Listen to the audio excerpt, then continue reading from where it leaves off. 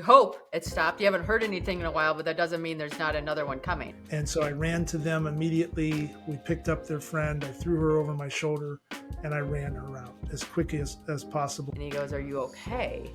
And I remember looking at him thinking, based on his facial expression, I'm not okay. The singer now is running off the stage. The lights go out.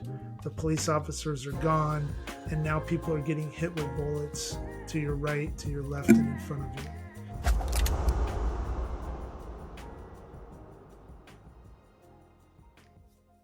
Today, I have Todd Blyleven on the podcast. He talks the entire time because he was part of the rescue efforts at the shooting in Vegas in 2017, where 58 people lost their lives. This episode, I teared up almost the entire time listening to this human do unbelievable heroic things just because he was called to. So listen in, be inspired, be reminded that we are all individuals, but united together, we're capable of so much more. And when we take care of one another, we all end up better. So enjoy. Okay, friends, today we have Todd Blyleven with us. Todd, thank you for joining us today. Well, thank you so much for having me on. I'm honored. Oh, I'm so excited. I heard your story, I think, from my friend Steve, and I was like, yes, I need to talk to this human. He is a superhero in real life. So exciting to meet you and talk to you today. Oh, thank you. I like your story as well. You have done some amazing things. And again, I'm just inspired to be here and share my story. Yeah. It's interesting when tragic events happen, we have a way that we'd like to think we'd show up and a way that we'd like to think that we would handle the circumstances. But then when you're actually in them and then see what you do, I almost felt like when I was in a crazy circumstance, I was watching myself do the things I was doing versus making the conscious decision of what I was doing. Eventually, my conscious decision caught up, but it was my subconscious that was definitely leading the way for a little bit. So you were a survivor in the Las Vegas mass shooting. Talk to us a little bit about this back in 2017. Yeah, so I was there with my wife, about 18 others, family, friends, younger kids. I call them kids, but in their early 20s, that we had gone to Vegas and I think celebrated their 21st birthday with a lot of them. So we were the aunt and uncle that we were the cool people that they got to hang out with. And it was a venue that we had been to several times, over the past several years. It was a place where we felt safe. It was a venue that we all enjoyed and could really cut loose. And going to Vegas that's what it was all about for us. I worked a lot. My wife and I, we had every other, kind of marital struggle problems that people have. So going to Las Vegas, especially being inside a country venue, which I love, and listening to country music, was really just a amazing getaway. And so it's a 3-day country fest. The first 2 nights, were just amazing, hanging out with friends. And then the third night was obviously when things really went south. So typically, we're always generally on the right-hand side of the stage. And then you have the casinos up on the right-hand side to your right, and then casinos behind you. And you have the stage in front of you to the left. Okay. So most of the time, when that last performer of the night, which is usually the headliner, starts to sing, or prior to that, all the girls in our group go up to the front row, up against the rail, and us guys stand back about 10 feet from them and hang out, have our drinks, and just get a chance to watch the performer. I don't know how they did it, but every performer, they were able to get up front. This particular show with Jason Aldean was on the stage, and we decided to stay back because all 18 of us were together, and we were dancing and just having a great time. So we opted to just kind of stay put, which put us about 25 to 40 feet away from the stage, which was still a pretty close area of proximity of to where we were at in terms of when the shooting started. and where the first rounds were hit. But we were there. So there you are, and you're just dancing and having a great time. And these kids are floating around and they're videoing us, and everything just is so magical that all of a sudden, in between songs, you hear popping sounds, not really sure what they are. You're looking around, you feel safe though. There's 3 or 4 officers standing over to the right, 3 as a matter of fact, and there's no movement, and the singer's still singing. Second round uh, the first round of machine gun fire begins. You're thinking automatically it's a drive-by. There's no way it could be inside the venue. Um, you're looking around. Everybody's like on this kind of heightened alert, but you're okay. Um, and then the screams started, and then the second round started, and the singer now is running off the stage. The lights go out, the police officers are gone, and now people are getting hit with bullets to your right, to your left, and in front of you. And at that moment, all you can try to do is tell everybody to get down. You get down to the ground. There you have your wife, a few inches from you, and you got your whole family around you. Everybody's on the ground in a concert where literally we were just having so much fun, and people are dying to your left and right and in front. And I was able to recognize that there was a muzzle flash coming from elevated location at Mandalay Bay. And so I thought, well, there's no coverage here. So we need to get up and we need to run. So I told everybody, get up, we're going to run. And we start to run towards a beer booth, which was down about a 30 to 40-yard run, but it was metal, and it was the only place that I felt where we could actually get coverage. We had no clue if this was a single shooter, an army that came in. We had no clue. And it was when you're. I try to kind of paint this picture because it's when you're running for your life and you don't know what's behind you, and you have the speed of bullets that are whizzing by you as you're running, and people are getting hit. You don't know if that boot's going to touch down or not. And for me, all I wanted to do was try to run as big as I could. I'm a big guy, and protect my wife and get her out. That was my main goal in the beginning. Get her out and back to my children. And if I fall, then I fall. But get her out. And I was able to do that. We got to a beer booth. Thank God. I recognized there was an opening. There was a squad car there, probably for traffic control after the event was over. We were, we sat for like 2 seconds at this beer booth. We jumped up, told everybody to get over to the squad car. We got to the squad car there for about 3 seconds, told everybody to get up because we're going to run down the street even further away from the gunfire towards more squad cars, thinking more safety. As soon as that happened, I saw a gentleman carrying a woman out at that same time, like a pair of scissors. And I ran over to him super fast, grabbed her wrist and her boot. We got about 5 feet or less, and we set her down. And unfortunately, at that moment, she was gone. And so that was the first of the real touch. And at that point, I knew there was going to be mass casualties, mass chaos, what was going on. I had strength under me. My arms worked, my legs worked. I ran to my wife, told her I need to go back in. I gave her a kiss. I had sent her off with my brother-in-law and his wife, and I watched them run, and I turned around and ran back in. Um, Do you think that was a conscious choice? Or do you think it was made for you?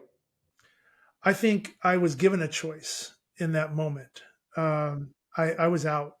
My job and my responsibility was to take care of my wife and get her home.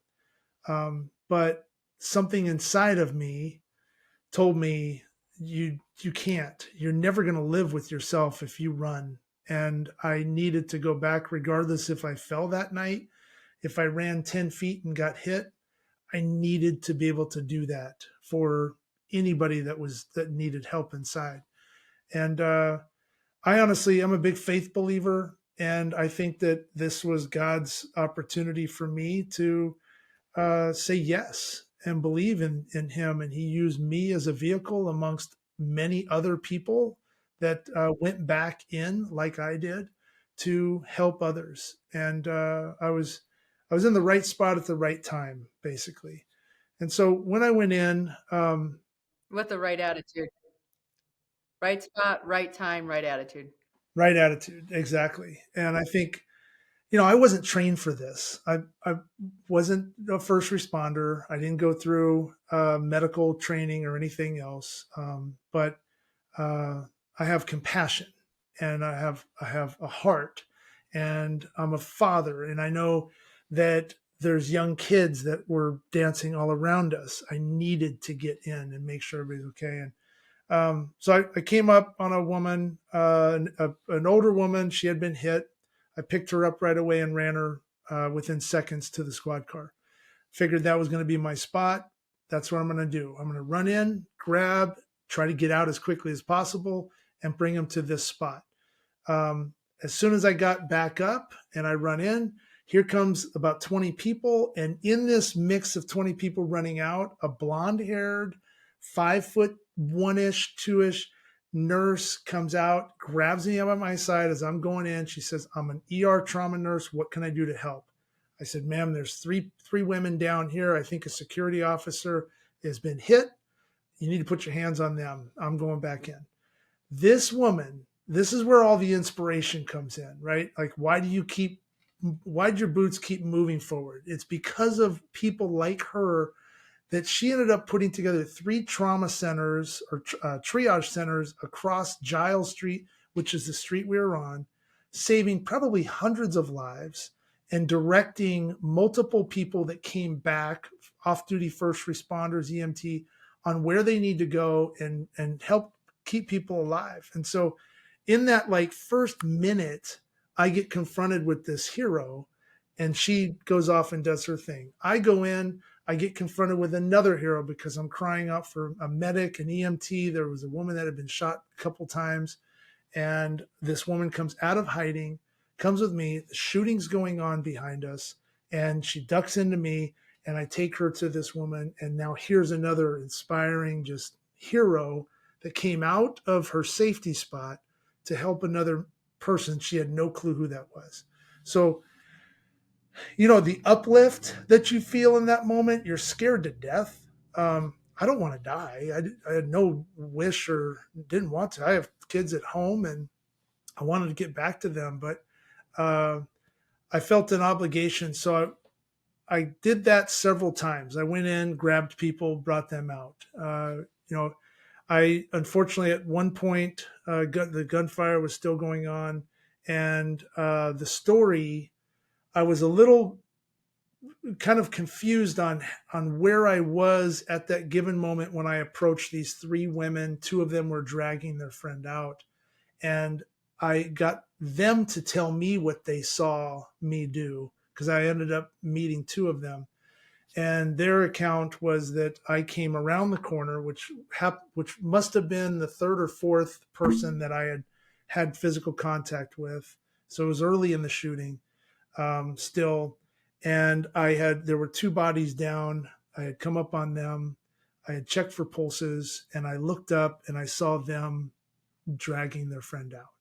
And so I ran to them immediately. We picked up their friend. I threw her over my shoulder, and I ran her out as quickly as possible. They followed me. By that time, some cars were already starting to pull up because there was a parking lot there. So people were using their cars as taxis to help get victims to hospitals. And I threw her, and the 2 girls got in the back seat, and I was able to get them out and to the hospital. I didn't know this at the time, but found out later that she ended up passing away in the hospital.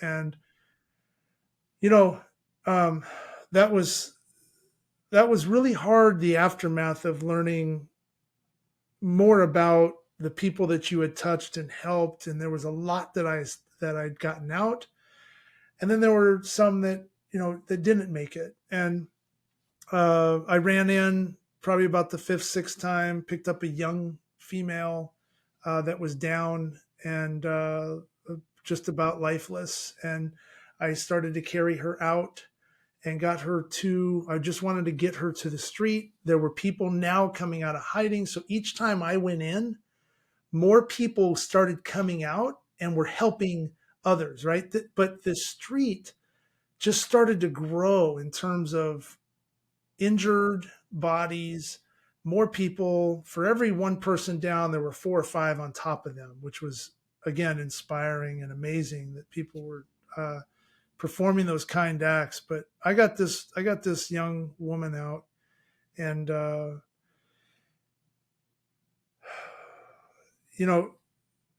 mean, it still hits, but I got her out, and I was down on one knee, and she took her last breath, um, and the innocence of it, right?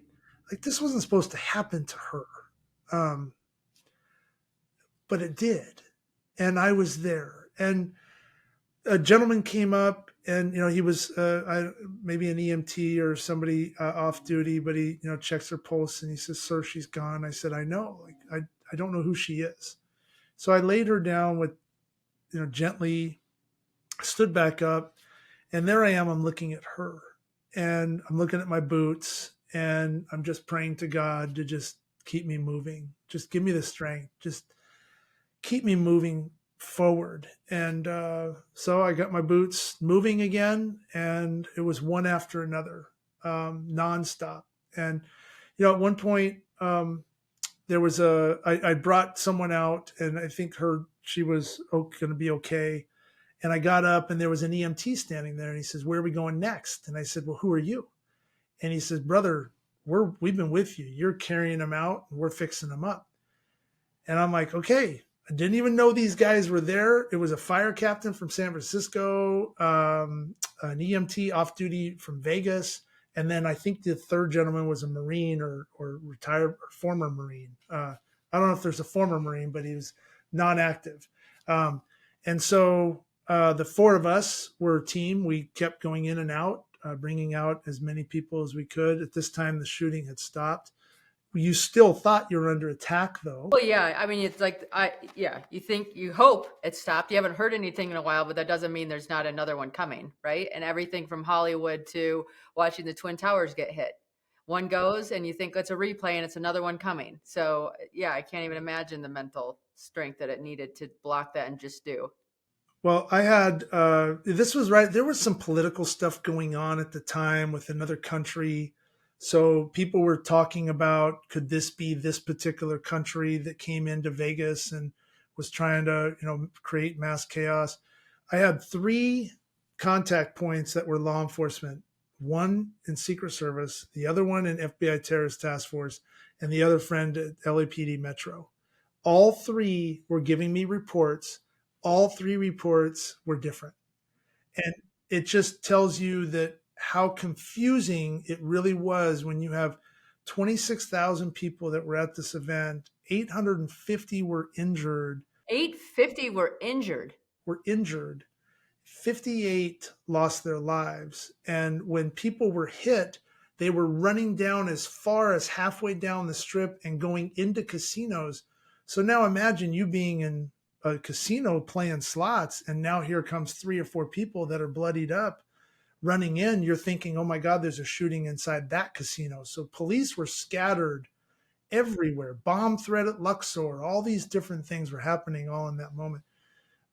For me on the grounds, we tried, I think we got as many as we could out in that moment. Then one of the EMTs said, "Hey, we just heard that there's 150 people behind Tropicana getting loaded up into ambulances. We're going to run over there and see if we can help." So I said, "I'm going with you." So we run over behind Tropicana, and now there's ambulances coming up like Uber line, right? So we start getting people into the ambulances. Police officer pulls up. I'm on the phone with my wife at this time, like just making sure she's okay. And what happened with her is she ended up running. Her and my brother-in-law and his wife and my wife were in between two cars, and my brother-in-law had stolen or taken a street sign, a construction sign, and put it on top so they could sit under there in case, God forbid, a bullet were to come down, thinking that would be some sort of shelter. And they were in this like condominium place, and this angel of a man comes out and says, I have room in my condo. Let's go. And he takes 26 people into his condo. It was him and two or possibly three other individuals. They barricaded the place down and protected those 26 individuals in their condo. So total angels. I would love to meet them one day and shake their hand for saving so many lives, because everybody thought you're under attack, like I said. So these four individuals were ready to give their lives up for these other people, and one of them was my wife. And so there I am. I'm on the phone, and a police officer pulls up and says, "There's an active shooter on the roof. We need to get everybody inside." So now my wife is like, "What?" I said, "I'll be okay." I hung up. Now we're taking everybody inside into these corridors into the service area of Tropicana. And now, oh my God, there's another shooter somewhere.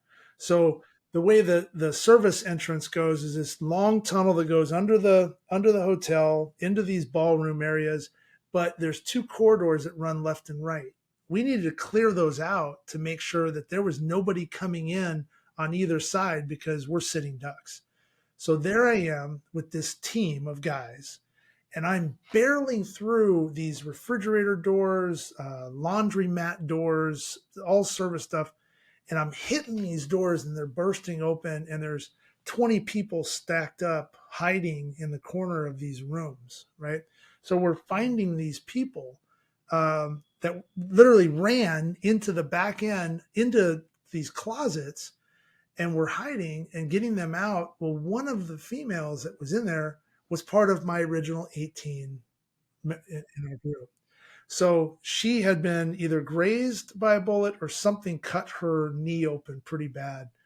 And she comes out, screams my name, jumps on me, scared to death. So I was able to get her, which was a miracle. And then I bring her down to where there was a makeshift triage center being created because there were injured people there. One had deceased in that moment. Um, and I wanted to get her on one of those ambulances. So they were running people out in waves, getting people into the ambulances and taking off under armed security outside. And she wouldn't go. And I said her name, and I said, "You need to go because I can't keep doing what I'm doing if I'm protecting you." And all of a sudden, and I don't know where she came from, but all of a sudden, this little elderly woman came out of nowhere, put a little white coat over her, and said, "I've got her. Come on, honey, you can come with me." And she took her out that door, and she got on that ambulance. I don't know where this woman came from, never saw her again. As soon as that happened, there was a cry out that there was a man at the other end of the hallway down at the end of the tunnel waving a knife around. So right away, you jump up, and now these three guys are following me, and I'm coming up on this guy with a knife. And so I'm screaming at him, good guy, bad guy, catches attention. He's up here with a knife, grab his wrist, disarm him, basically stop him. He was just a scared individual. I don't think he meant to do it, just kind of out of his mind and like everyone else. Um, that's when it started to somewhat calm down. It was probably another hour or so, hour and a half. They herded everybody into the ballroom just to kind of get people into one central location. Of course, you're still thinking, well, what if someone comes in? There's no police. Police are on the perimeter, but we can't see them. So if someone comes in, we're sitting ducks. So now all these guys and myself are profiling everybody, looking for anybody that's out of the ordinary, right? Which is, you're in Vegas. Right, everything's out of the ordinary. Like spandex on males in super costumes are the norm, so I'm sorry. Like, how do you even pick out somebody out of place? There's no, you're just doing what you can. And so at the end of it, two SWAT officers ended up coming in, walked right up to me, told me I could stand down. One of them put his hand on my shoulder. Obviously, I had a lot of stuff on my left side. That's where I was carrying a lot of the victims. So I was pretty bloody on my left. And when he put his hand on my shoulder, I could just look at him. We just locked in, like, just the devastation that had happened. He couldn't believe what was going on, and he's looking at me, and I'm just, it just broke down. So I'm at my knees. The uplift in that moment was all the people that came up to me and just started lifting me up and just started putting their hands on me and just making sure I was okay. And so, I tell this part of the story because I think it's really important when we deal with trauma. But once things settled down a little bit, my head was pounding, obviously, and I had to use the restroom. So there I am. I'm like, okay, well, I'm going to go use the restroom like normal. And it's crazy. Eight hours I was running rampant, carrying bodies, doing. So now I'm like, okay, I got to use the restroom. As I go out into this hallway, it's pretty quiet. Around comes this little SWAT guy, and he's got this giant shotgun, and he's clearing rooms. And so he steps in front of me, and he goes right into the bathroom, and he says, "Hey, you got my six?" And I'm like, "Yeah. What do you want me to do? I got your six. I'll stand here. Anybody comes, I'll scream or I'll go at them." And so he clears the bathroom, starting to come out, and I said, "Sir," I said, "can you get my six now?" And he looks me up and down. He says, "Yes, sir, I got your six." So I go in, I use the restroom, and now I'm washing my hands, right? And I'm not just washing my hands, but I'm washing my body because I want to try to get all this stuff off. I can't get it off my shirt. I'm trying to like get it off, but I come out and he goes in to the women's. I got his six again, and then he takes off. It was right around then that they started to clear out everybody. Like everything was starting to become more secure. So now I'm seeing officers around.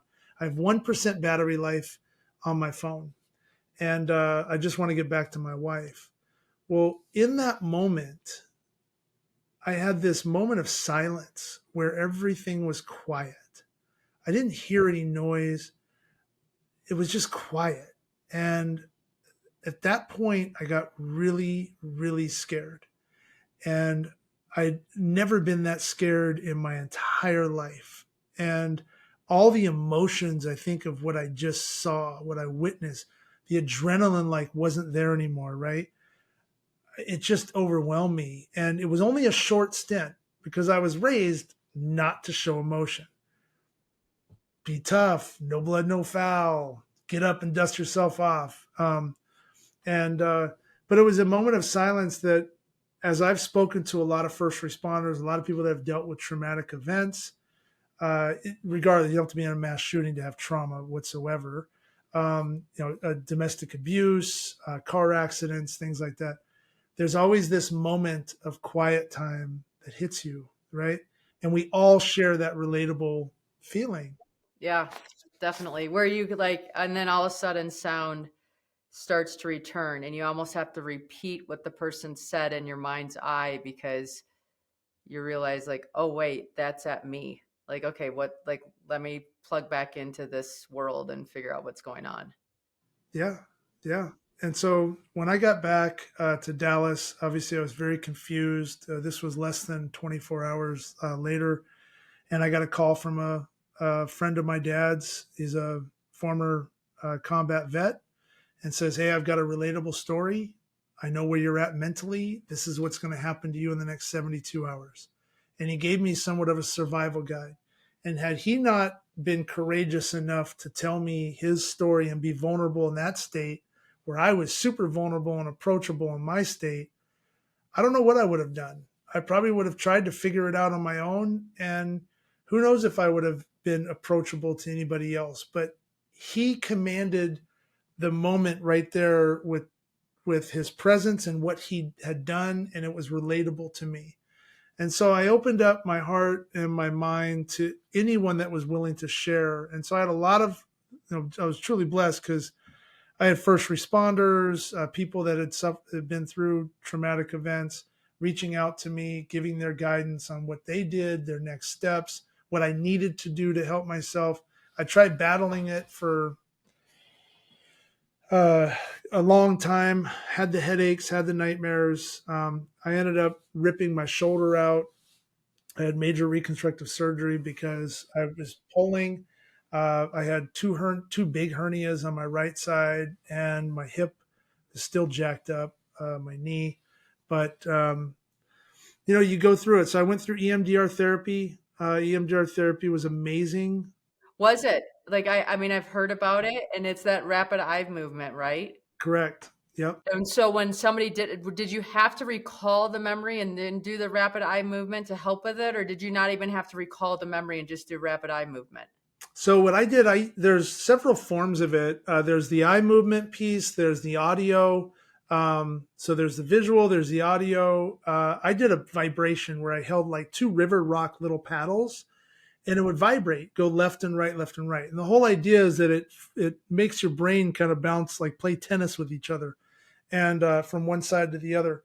And the therapist had control of the vibration level. So what she had me do was she had me basically tell my story of the start to the finish, which was when you go through traumatic event, you can't recount everything because your mind's like Scatters it everywhere, right? Like, there's just bits and pieces that get filed away. 100%. Yeah. And you're all over the place. And so what it did was it allowed me to start talking about the very beginning and what I felt. Everything from the temperature outside to the wind to who was around me. And then as I would start to get into some of the more terrifying pieces of it, she would increase the volume of the vibration. And then we would stop and we would do talkative therapy around that moment. And so the whole idea was to try to take 1 minute at a time and process that 1 minute and put it into a box and put it into some sort of chronological order on a shelf, right? And so that's where we just kind of had this vision of these boxes being laid out. And finally, I was able to get my story for the most part from start to end on where I was at that moment. And then during that time, there were a lot of survivors that were reaching out trying to find the person that carried them out, their hero. And so I was getting a lot of contacts in that regard. And I would ask them, like, what did you see me do? I remember your face. I remember your where you were hit. I remember that. I remember where you were at. But what did you see me do? And so they would tell me what they saw, or their friends would tell me. And that was hard in itself because you find out that one woman that you thought lived didn't. Not the one that I had carried out, but another. You find out that through a story, a horrible, horrible situation that happened to another female, you apologize to the friend, and then she turns around and says, "No, she's alive. She lived." I literally just found out that that woman's still living, which is amazing. She's gone through all kinds of surgeries and everything. So there's those like uplifting moments, but EMDR therapy really helped me remember and process, and it allowed me to cry about it. And through this whole experience, I've learned to become more vulnerable, more approachable. I'm a huge advocate of communication and just talking about our fears that we have, our trauma, our depression, our sadness. There's nothing wrong with that. I'm one of the toughest SOBs you're probably going to meet. I did what most people don't. I can check my tough box off. I'm still going to cry. And I'm still going to tell you my hardest, most like crazy memory that pulls me down every single day because I want you to share yours. And the more that we talk about it, the more we're going to gain trust, communication. There's going to be more love in this world and everything else. So Just it's really turned my life around. I'm a big, like I said, I don't think I was alone that night. Um, I had a crazy dream when I got back. I was telling Steve about it. Um, where I was running through the venue and bullets were spraying on my left and right. And I'm in my bed and I can smell it and I can hear the screams and I'm going for a man that's crying out for help. And I come up on a pole because I can't go anywhere because the bullets are to my left and right. And a white light comes sweeping out from my right side and unfolds its wings about 10 feet off the ground in front of me. And now the bullets are spraying off the backside of him. And it was an angel. And now he's backing up so I can get out and go pick up this man and run him out. And as I'm running and I'm getting to the gate and I can see the gate and it's opening and I could see everybody, I look off to my right and that angel's right above me. And you can hear the bullets shattering off of his wings. I was not alone. There's no way. I'm 6'5", pushing 3 bills. I'm a big guy, um, a big target, and so I think I was there in the right moment, in the right place, at the right time. So, Wow. It is crazy. How long have you been back to Vegas at all? nobody's asked me that. Yes, we went back a couple years ago. So what Vegas did, they have this called Healing Garden, where they memorialized basically all the victims, the 58 that fell that night. And family got a chance to come and put pictures down and really humanize the cross, the memorial, right? So my wife and I went back, and we were there by ourselves, and there wasn't anybody in the garden at the time. And so we start up this walkway and seeing one after another. And then I come across one of the women that passed away in my arms. And that was really hard because she wasn't just someone that I had carried out at that time. She had a life and she was a softball player and she did all these things, and she had family. And I just, I did this interview with Major League Baseball on their MLB network. And my biggest message was that, like, to all the families that had loved ones that were lost, there was so much love trying to get them out and get them to a place of safety and not just die alone. And walking through that garden, it was really, really hard. I can't say that it was healing, but it it put a life to that face. You know what I mean? And so we did go back. I haven't been back since. I'm supposed to go back for a work thing in December. So I'm like, well, as long as I'm on that side of the strip, we're good. But yeah, so Yeah, no, I was in a horrific car crash and I have to go past that spot, like just not very often, right? But anytime I go past that spot, it's hard.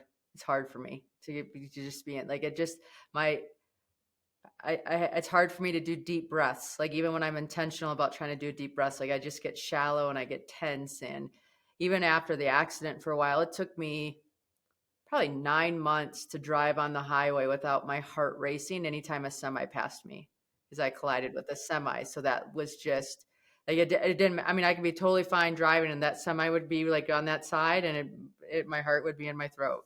And it's just interesting how that body just remembers, right? It just keeps score at some level. never forgets, unfortunately, right?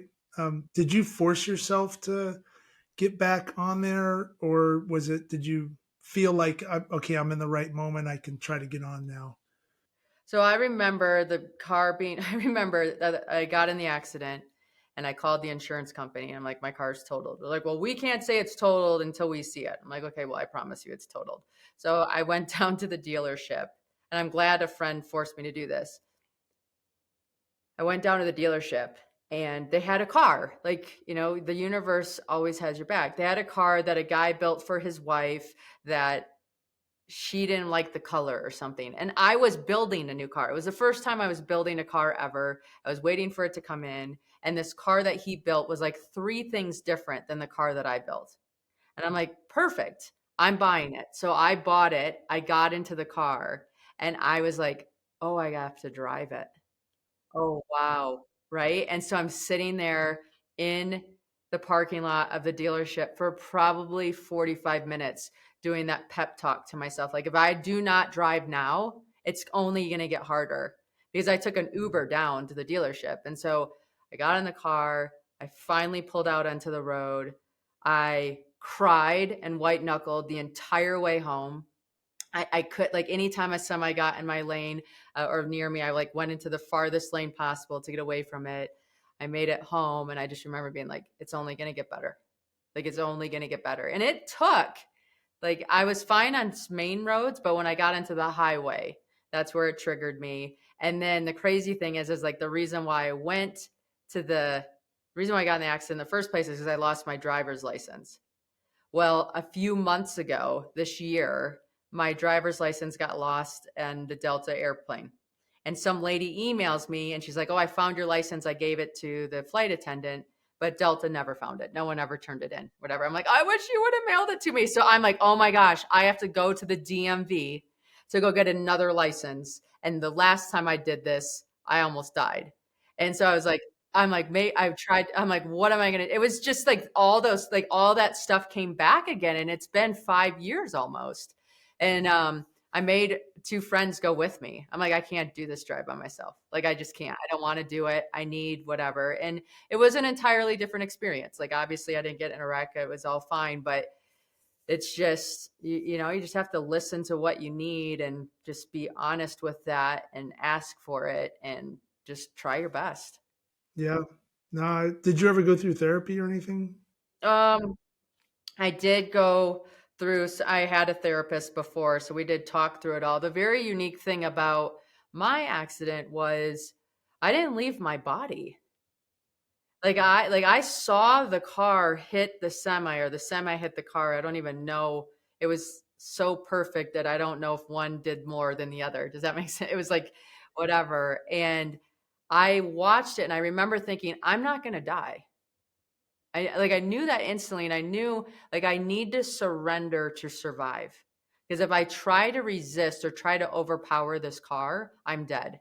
The only way that I'm going to survive is if I let go and roll with the car. And I remember going, okay, hands on the steering wheel, head on the headrest. I have enough momentum. I'm going to roll once. I have enough momentum. I'm going to roll twice. I'm like, oh, yeah, we're going to roll 3 times. And after that third time, I'm like, okay, now we're losing momentum and I'm going to start rolling sideways. So I started rolling sideways.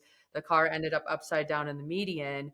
And I remember thinking, okay, now I'm going to get hit, right? Like Hollywood has trained me that another car's coming. And instead, an individual was running towards the vehicle and they were yelling, like, are you okay? Are you okay? Are you okay? And I could hear it, but I wasn't processing it, right? Like I heard sounds, but I wasn't really paying attention. Were those my sounds or somebody else's sounds or whatever? And then that person pulled back the windshield and we caught eyes. And he goes, are you okay? And I remember looking at him thinking, based on his facial expression, I'm not okay.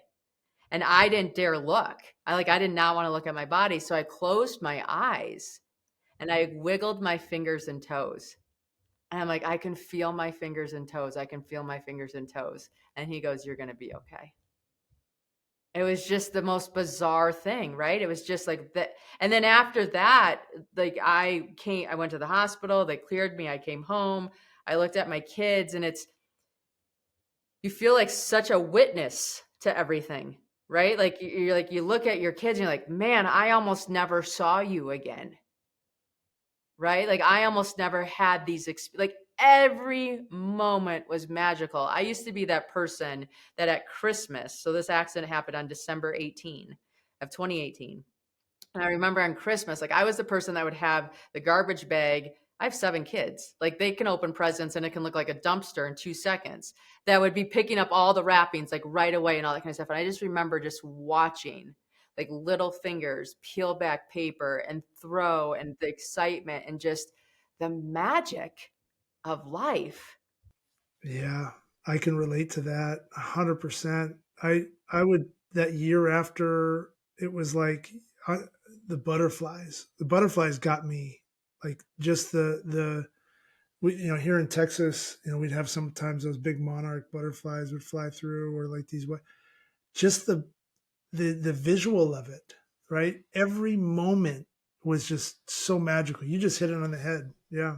Yeah. I mean, I would go for a walk and I'd be like excited about a rock being in a certain place. I'm like, what a cool place to park yourself. Like, I would, if I was a rock, I'd want to be in that spot too. And I'm like, what am I even saying? But like every single thing, when you saw a weed growing through concrete, you're like, you brave little soul. Like, it was just so fascinating, the experience, but it's the reality of it. And I wish at some level we could stay in that space forever. I can touch it, but I don't live it.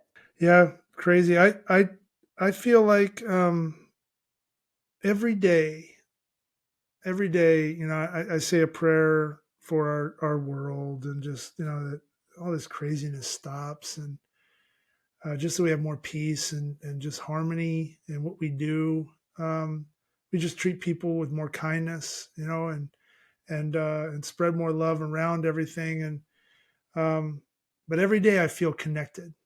Every day I just feel it. And maybe I have this 13 seconds of time that hits me and kind of refocuses everything on what life is really all about. Unfortunately, I have that 13-second memory, right? That I think about. I can't get worse than that. So the dramatization of what we put ourselves through in life, how I treat people with respect and kindness, it goes a long way. And so yeah, I think sometimes God puts you in crazy situations like He did with you to come out and tell the story and maybe appreciate life a little bit more, and where you're at. So Definitely. Before the accident, I lived by so afraid of like what people would think, and am I being a good, like all the perceptions of other people.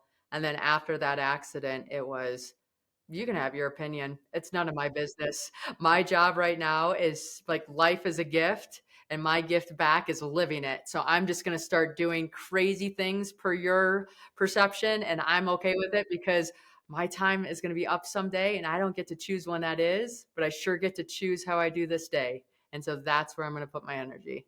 it's a great line right there. Yeah, I hear you. It's cool.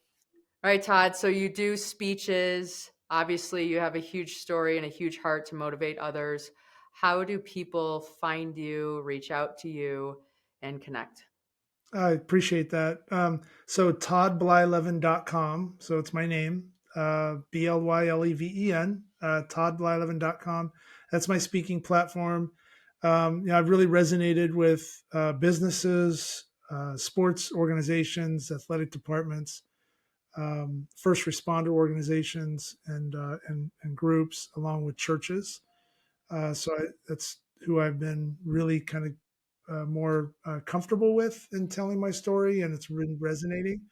I own a sports technology company as well, called the Scout Hub at thescouthub.com, where that's my work stuff that I really love, building technology. Um, and then I'm writing a book. So I'm about 170 pages in right now of a life story. There's talk of it being a movie one day. And I wrote a country song, which we're getting ready to record it. So pretty crazy. Yeah. I love it. It's so fun. Good, good, good. All right, everybody, you heard where to find him, how to connect, his target audience, the things he's into.